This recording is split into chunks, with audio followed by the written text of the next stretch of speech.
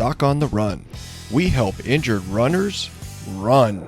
What's the best imaging study to assess non-union stability when you have a fracture? Well, that's what we're talking about today on the Doc on the Run podcast. Now, if you're a runner and you get a fracture, you broke your foot in a pothole or something, and then you don't really follow the doctor's directions, or maybe you do follow the doctor's directions, but it doesn't really heal, and it turns into a thing called a non-union where the bone's not solid. You can't see that it's actually healed on the x-ray. Well, you have to decide whether or not you're going to live with it, or you're going to try to have surgery to repair it, or you're going to do something else entirely to try to get it to heal without surgery. But one of the keys to deciding when it's actually healed enough has to do with stability. If you get a ton of scar tissue in there and there's even some spurring of the bone and it really doesn't move very much, it might actually be stable enough for you to run on it without getting more problems later. Again, don't just try to run on it. Talk to a doctor, talk to a professional. I'm just telling you how I think about it. When it comes to assessing it, everybody wants an imaging study. Well, an x-ray shows you the position of the bone, but it doesn't tell you about stability of the bone. Stability has to do with movement.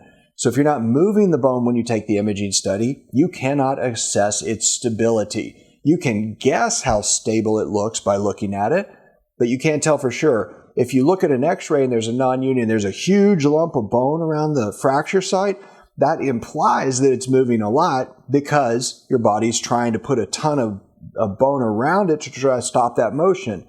But again, sometimes it looks like that, but it's actually totally solid and stable. The imaging study alone is not enough. So the best imaging study to assess the stability is not an x-ray. It is not a CT scan. A CT scan, by the way, is just a whole bunch of slices with x-rays to create what looks kind of like an MRI, just in a very detailed way to look at bone.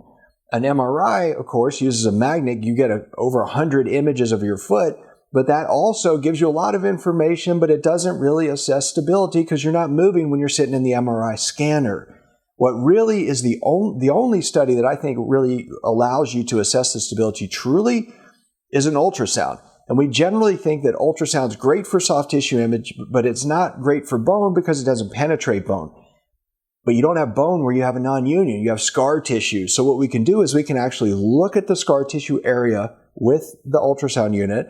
We can look at the top edge of the bone, and then we can move it and see, does the bone wiggle or not? And if it does, it tells us that it's not that stable. And seeing how much it moves may give us sort of a baseline for later. If you let it heal some more and then we try to move it and it doesn't move very much, we know that the stability has improved. But x-rays, MRIs, CTs, they don't really show you that. You've also got to see a doctor that actually does ultrasound if you want to do that and get that picture. But that is what I really think is the best imaging study to really assess the stability of a non-union if you're trying to get back to running. Now, if you want to figure out how I would help you get back to running if you had a non-union and it was becoming more stable, go check out the Running Injury Roadmap. It's a book I wrote for you. I've actually printed a whole bunch of them. I'll send you one for free. You can get it at docontherun.com/roadmap. So go check it out, and I'll see you in the next episode. Doc on the Run. We help injured runners run.